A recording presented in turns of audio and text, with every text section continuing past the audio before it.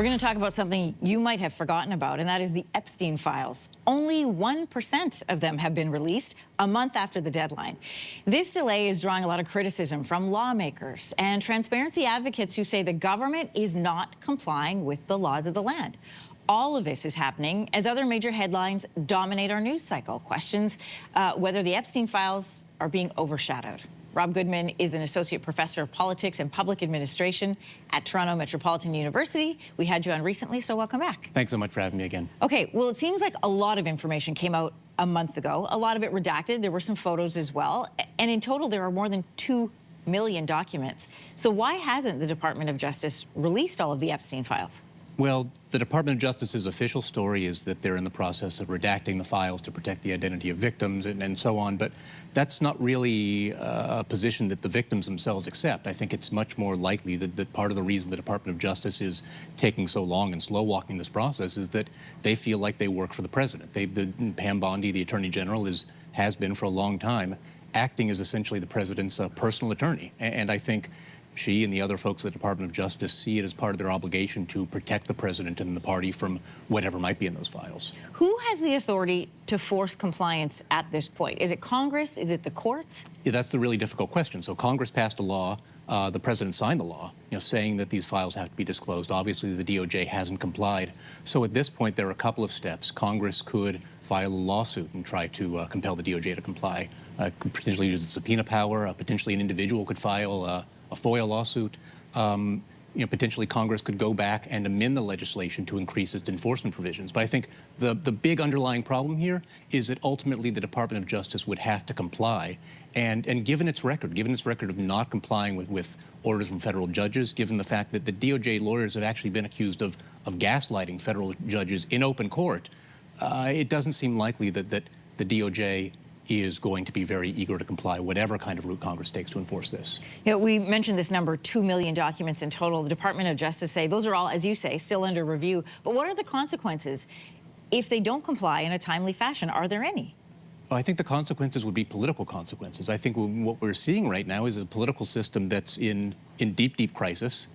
We see a president who's claiming the right to raise and spend money the way he wants, the right to fire heads of independent agencies, the right to use a DOJ to go after his political enemies. I think in this kind of environment, it's not reasonable to expect the DOJ to be really eager to comply.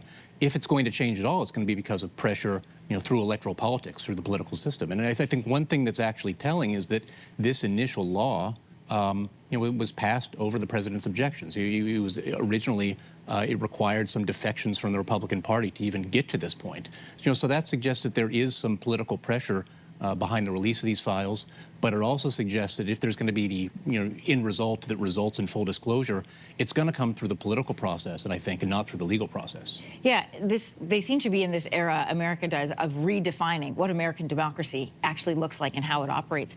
But this story, we know, has faded from headlines recently in the U.S. because, they're following stories about ICE, international tensions with Greenland, Iran, Venezuela. That's just in the last month.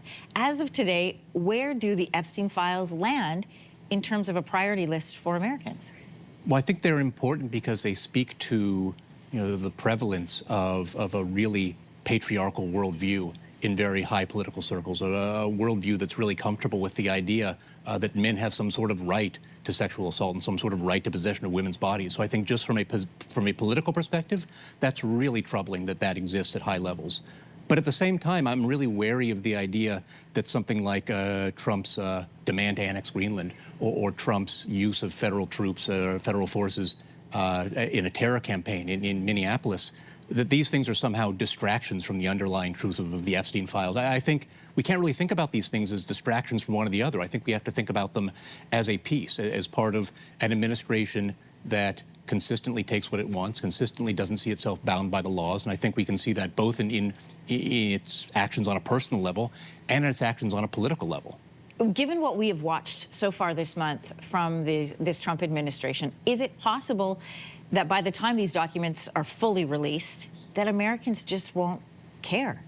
I think that's always possible. But I think, one thing that we've learned from these last couple of weeks in Minneapolis, for instance, is that the administration seems to not be so great at predicting where its political advantage will lie. You know, if it's the case that the administration wants to change the subject by changing the subject to immigration enforcement, by changing the subject to ICE forces terrorizing American cities, if the president decided to do that for political advantage, that's blowing up in his face right now. I think right now his ratings on immigration, support for ICE are down across the board. This has really damaged the president's standing. So I think what this suggests is one, it's the power of ordinary people to organize against this administration, which has been truly inspiring.